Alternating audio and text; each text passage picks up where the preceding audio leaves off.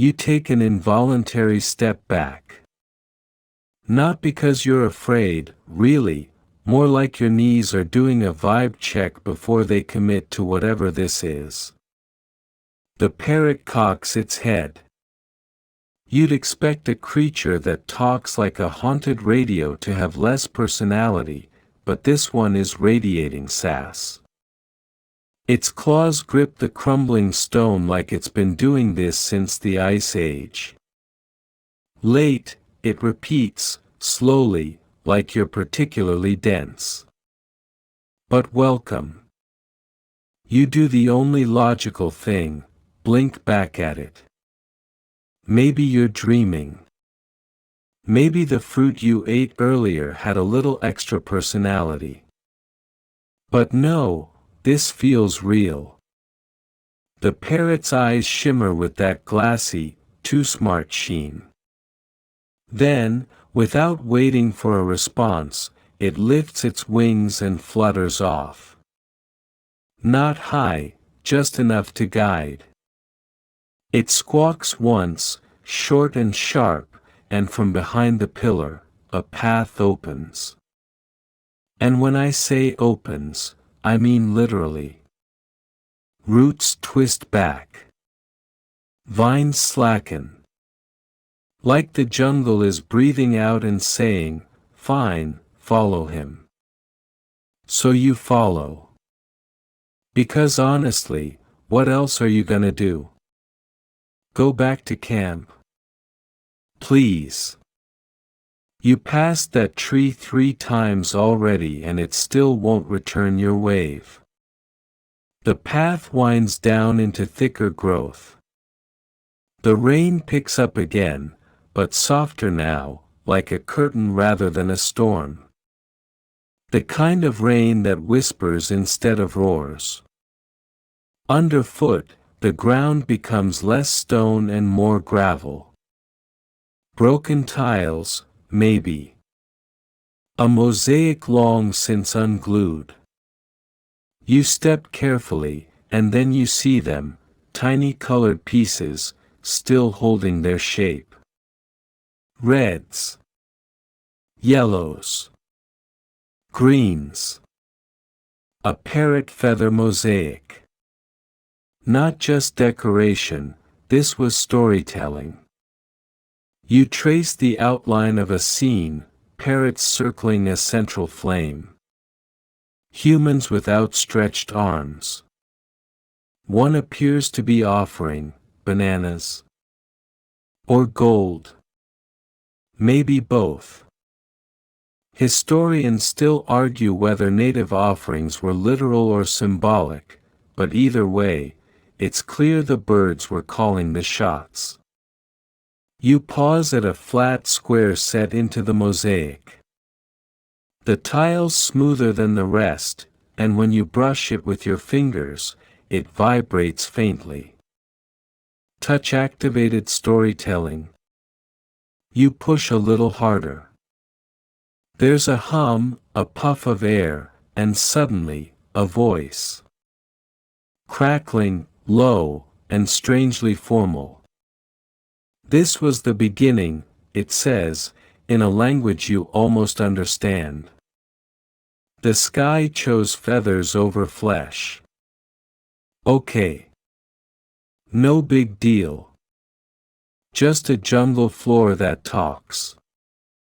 The parrot squawks again from ahead. You move forward. The path dips sharply, and before you can think better of it, you're descending into a hollow. Down here, the air is cooler, heavier. The sounds shift. You hear distant dripping, a hollow wind, and the soft shuffle of leaves doing a slow dance on ancient stone. Then, around a bend, you see it, a wall, nearly hidden by vines, covered in delicate carvings. You approach. Brush some leaves aside. More parrots, but different this time. They're posed beside tools. Writing instruments. looms. Musical instruments shaped like beaks. These birds weren't just symbols, they were artisans.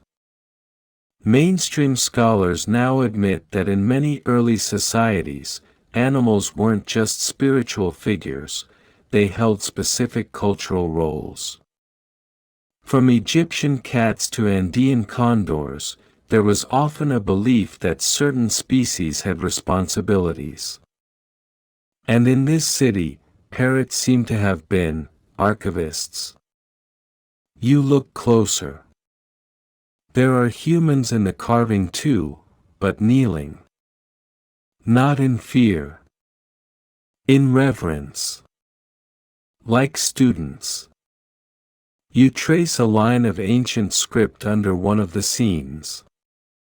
It's partially eroded, but you catch a phrase, spoken memory is winged and cannot be caged. Okay. That's beautiful. Possibly tattoo-worthy. You sit for a moment under a curved alcove in the stone. The parrot lands beside you, unbothered, regal, like he owns the bench. Maybe he does. You try a cautious question. What was this place? The parrot blinks. You're in the place of remembering. Chills. Instant chills. And you ask. I am one who remembers, he replies simply. As are you. Not cryptic at all. Classic bird behavior. Suddenly, a warm gust of air brushes your cheek. It doesn't feel like wind. It feels like breath.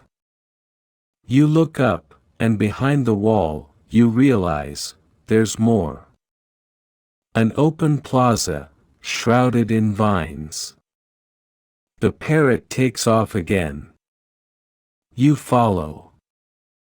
Through the tangle, you push into what was clearly once a ceremonial square. For stone posts at the corners, each topped with sculpted birds. A low altar at the center. And feathers. Everywhere. Real ones. Not just mosaic tiles. Blue, yellow, emerald green, half buried in dirt, curled in tree roots, fluttering in puddles. You kneel to pick one up. It crumbles. Old. Ancient. But still beautiful. And you start to feel it, this wasn't just a religious site. It was an archive.